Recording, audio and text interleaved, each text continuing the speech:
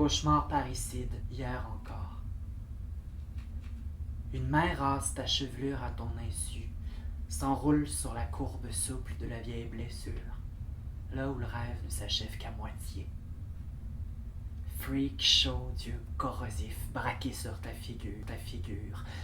Levé brusque du rideau, moelle évidée, somptueuse. Ta voix entrante au milieu du sommeil. Mon bras toujours en place, imperturbable, quoique un peu enflé.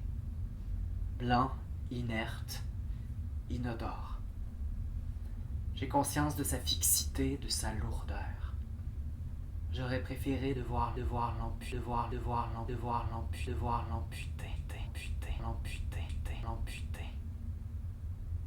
Le beurre de ta mémoire émaciée sur une toast rancie, mais tu t'ostines. Tu commémores le raclement des fourchettes, le métal sidéré de cette fatigue de toujours échappée au sol et le soupir de ton père.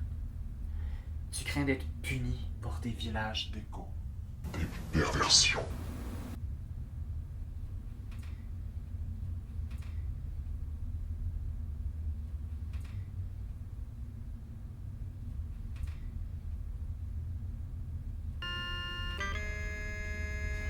Dans l'armoire à pharmacie, tu cherches l'art des chirurgies latentes. Le regard émoussé, tu floches la toilette, les lèvres encore humides d'une dernière ordure. Pure disruption visuelle, délire corticoïde. Je me réanime pour de bon. Fiancé de Frankenstein dans un tonnerre de French kiss. La salive macule le siège arrière dans la dernière rangée du drive-in. Ta langue tombée suave sur le gars d'à côté. Il y avait un tatou de lézard juste au-dessus du pubis. C'est le seul détail qui m'a donné. Tu contemples sur l'écran l'amputation séminale, mélopée du sang bariolent toute surface. Tu têtes la pointe des os, te remplissant pour la première fois du goût ferreux, de la chaleur visqueuse des corps gras. J'aurais voulu que ce soit moi. Tu montes sur scène dans une sorte d'exil, mise en marche irrévocable des corps au cabaret du néant. Le miroir, télé ouverte sur ton visage, fardé, l'auréole de la clope, la barbe quelques semaines avant que tout ne soit ravalé dans le noir. Les écrans ont des façons singulières de faire pousser les ombres et d'espionner la morsure fixe de ta silhouette. Vue en plongée sur tes jambes ouvertes au milieu des bouteilles. Dans l'air, une sorte d'infection contamine la fabrique des rideaux. Les assiettes sont sales, le frigo ronfle. Ton regard trace des contours erratiques, cherchant un détail auquel se raccrocher dans l'amas des formes instables, pourtant si familières. Tu t'assois dans la vaisselle, espères en ressortir propre. Tu t'es pas d'illusion.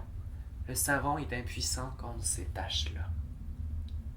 Le soir venu te soulève, à l'abri des regards, des jambes illisibles, des paysages androgynes défilant sous les tables endormies. Il te porte jusqu'aux glaces limitrophes d'une vieille série B, et après tu t'endors. Je rêve à des insectes, tout buffet.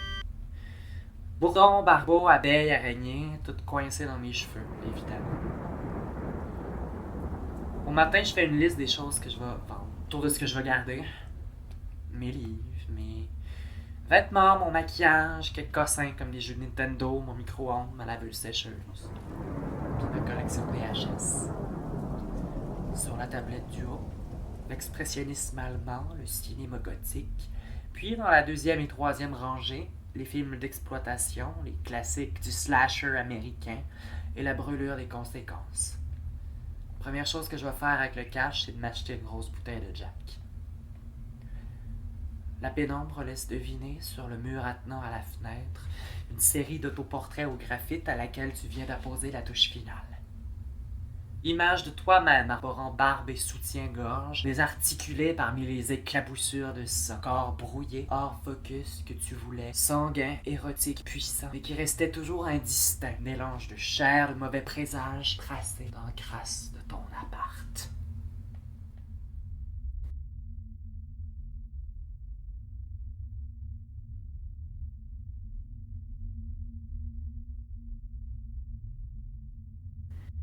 Tu te rappelles la chambre des chums de filles, des convulsions, les barreaux glissants climax, l'oreiller sourd au drame entré dans ton corps, sa pointe des pieds. Je cherchais la cloueuse pour me stretcher les oreilles. J'entendais par la fenêtre bourdonnement hypnotique du quartier, commérage, rumeurs vertigineuses.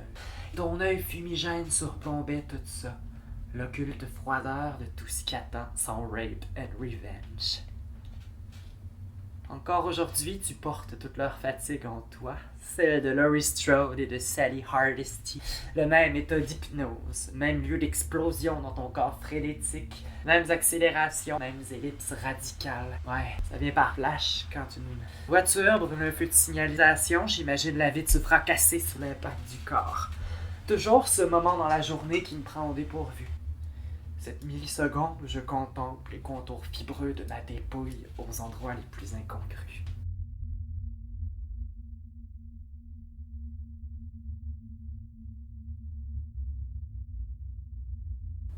Je fantasme mon amputation, ta disparition, tu fantasmes le moment culminant du show. J'imagine déjà la moiteur de ta naissance, l'éraillement du bras, les miniatures, le jeu d'éclairage compliqué, toutes les fumées qui frémissent sur la peau du monde. Tu dis, dernière fois, nevermore I quit, esti.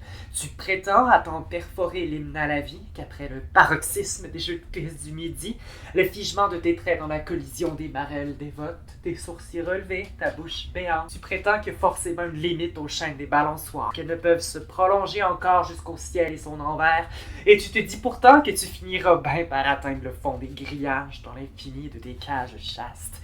T'arriveras de cette façon seulement à rattraper ta voix, parachutée dans le vide à force convaincue trop sanguine, trop investie de toutes les survies, de tous les midshot, de toutes les prothèses, de tous les animatroniques. Tu prétends à bout de souffle que tout va bien aller.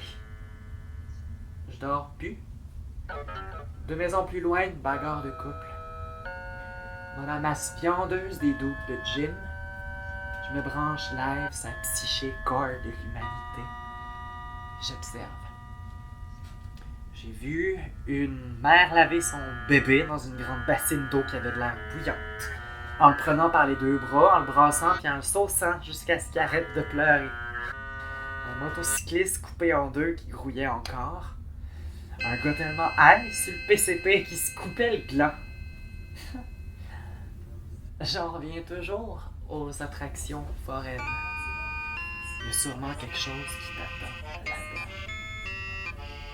Tu es un lièvre empaillé, tu ne cours plus. Tu dialogues avec le vide qu'on replie sur toi comme un gant, tu ne respires plus.